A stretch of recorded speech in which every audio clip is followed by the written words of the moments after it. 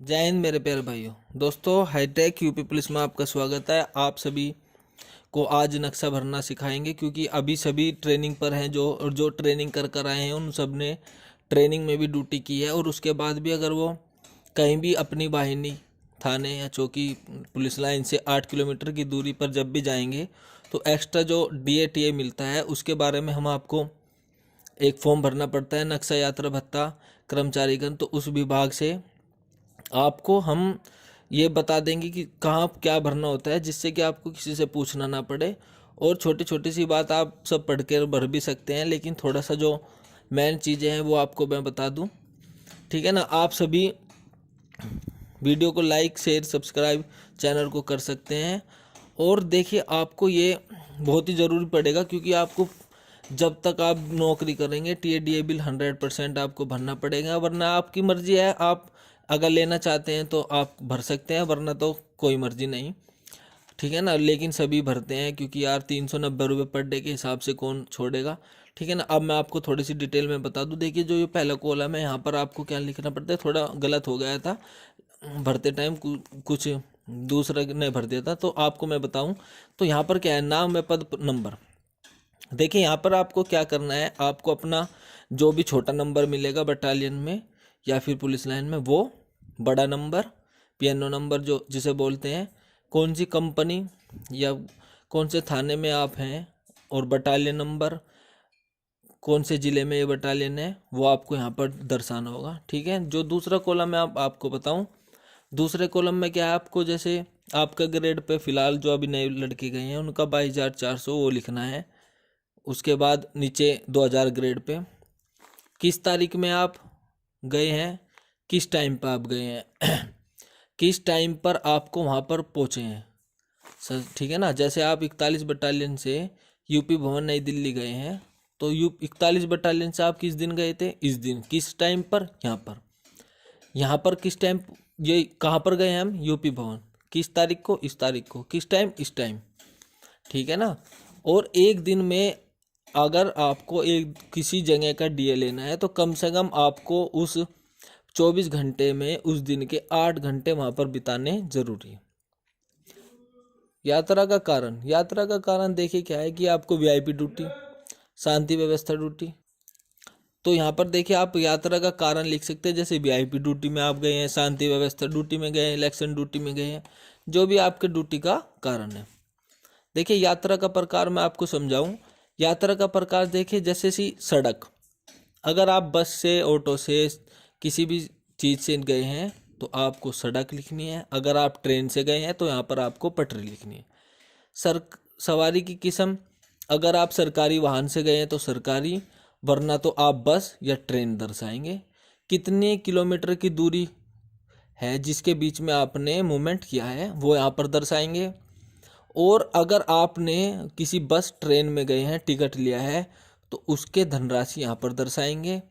और यहाँ पर GD नंबर में आपकी रवानगी आमद होती है, वो GD नंबर यहाँ पर लिखेंगे। और वो जो GD नंबर के नीचे लिखा जाता है समय, तो वो समय आप यहाँ पर लिखेंगे कि किस समय आप गए थे और किस समय आपको वहाँ पर उसने आमद किया, वो यहाँ पर लिखना है, ठीक है भाई। ये सारी चीज़ें यहाँ पर हो गई। विवरण में क्या है, आपको अपने सिग्नेचर करने हैं, खाता संख्या और SBI मतलब जो भी आपका अकाउंट नंबर है उसका AFC कोड, बिल्कुल आराम से, बिल्कुल सोच समझ के, बिल्कुल अच्छे तरीके से, गलती नहीं करनी, ये भरना है। खाता संख्या और आप यहाँ पर भी दर्शा सकते हैं, यहाँ पर आप किस सन का ये आप भर रहे हैं वो भी भर सकते हैं। और किस विभाग में, जैसे कि आप पुलिस लाइन में है, PSC में, कहाँ से संबंध है आपका, कौन से जगह से है, वो आप यहाँ पर दर्शा सकते हैं। तो अब यहाँ पर आ जाएं, अगर आप उसके बीच में छुट्टी गए हैं, मान लीजिए आपने 10 दिन कहीं ड्यूटी की यहाँ से यहाँ तक, तो आप उसके बीच में 2 दिन छुट्टी गई तो आपको यहाँ पर दिखाना होगा कि मैं इस तारीख को इतने बजे इतने दिन के CL अवकाश पर या EL अवकाश पर, RL अवकाश पर, जो भी गए हैं आप, मैं यहाँ पर ये सड़क सरकारी आपको ये डैश डैश छोड़नी होगी क्योंकि उसका कोई पैसा नहीं मिलता। और GD नंबर यहाँ, और फिर वापस जब आप वापस छुट्टी काट कर आएंगे तो उसकी यहाँ पर आमद लिखी जाएगी, मतलब टाइम, किस तारीख को आए हैं, किस टाइम आए हैं, और कैसे कैसे गए थे उसके बारे में, कि मैं 3 दिन की CL अवकाश पे गया था, उसकी वापसी है ना। अगर आप फिर से दोबारा गए हैं तो सेम प्रोसेस यही है।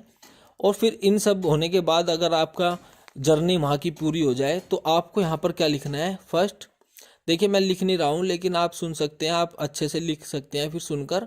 फर्स्ट DA हाल्ट इतने रुपए की दर से। इतने रुपए कौन से, जैसे कि आप फर्स्ट क्लास सिटी में गए हैं तो 390, सेकंड क्लास में गए हैं तो 300 रुपये, और थर्ड क्लास में गए हैं तो 120 वो 240 रुपये आपको यहाँ पर भरने हैं। 300, जैसे मान लीजिए हम फर्स्ट क्लास में गए तो 390 रुपये की दर से कितने दिन हमने 390 रुपये की दर से वहाँ पर कार्य किया, कि 30 दिन तक अगर आप वहाँ पर हो तो 390 रुपये डेली के हिसाब से मिलेंगे। अगर आप 30वें दिन से ज़्यादा हो जाते हैं, 31 दिन हो जाते हैं, तो 30 दिन तक तो आपको फुल मिलेगा। लेकिन जो 31वां दिन है तो उसमें आप यहाँ पर दूसरी लाइन में लिखेंगे सेकंड DA हाल्ट, उसका हाफ कर दीजिए 390 का, 195 रुपये की दर से कितने दिन रहे। जैसे 30 दिन तो ऊपर हो गए तो 30 दिन की दर से कहाँ का, मतलब तारीख भी दर्शा सकते हैं कि आप 21 तारीख से और 17 तारीख तक का DA यहाँ से यहाँ तक का, और यहाँ पर आपने उसकी गुना कर लीजिएगा तो यहाँ पर आपका अमाउंट आ जाएगा। और किराया आप यहाँ पर भर सकते हैं, जैसे आपको बताया कि आपको किराया भरना है, तो टोटल आपको यहाँ पर हो जाएगा। और सेकंड DA हाल्ट आप यहाँ पर इस लाइन में देखिए आप खींच सकते हैं, ये आप ब्लैंक पेपर पे भी बना सकते हैं, ऐसी ज़रूरी नहीं है कि ये छपे छपाए लें, क्योंकि जो ये सारी चीज़ें आपको पता होनी चाहिए, बाकी आप सब लिख सकते हैं। सेकंड DA हाल्ट लिखेंगे, फिर 195 रुपये की दर से इतने दिन का, फिर टोटल वही यहाँ पर गुना करके इतना, तो यहाँ पर लिखेंगे संपूर्ण योग, हिंदी में भी लिख सकते हैं फिर, और टोटल वैसे अंकों में तो लिखना ही है, फिर आप हिंदी में भी लिख सकते हैं इतना।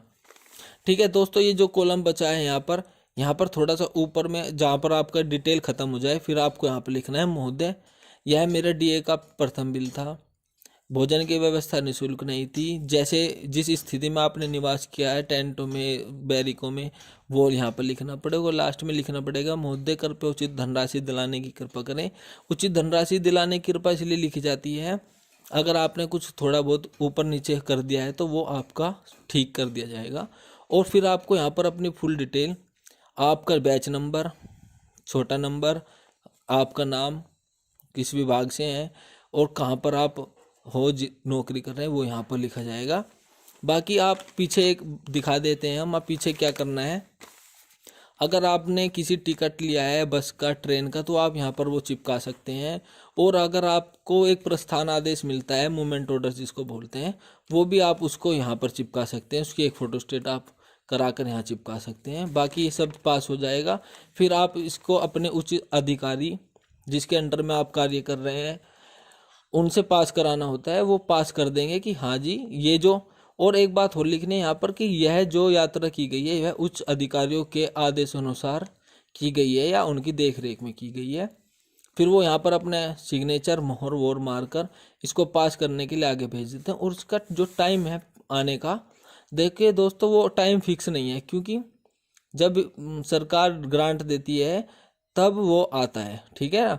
और फिर आपको इसमें सबसे ज़रूरी जो बात ध्यान रखनी है वो ये रखनी है यहाँ पर कि जो खाता संख्या और IFSC कोड है वो बिल्कुल आप गलत ना कर दे, क्योंकि ये लेट आते हैं तो फिर इनको देखते ही आपके खाते में ट्रांसफ़र पैसा किया जाएगा।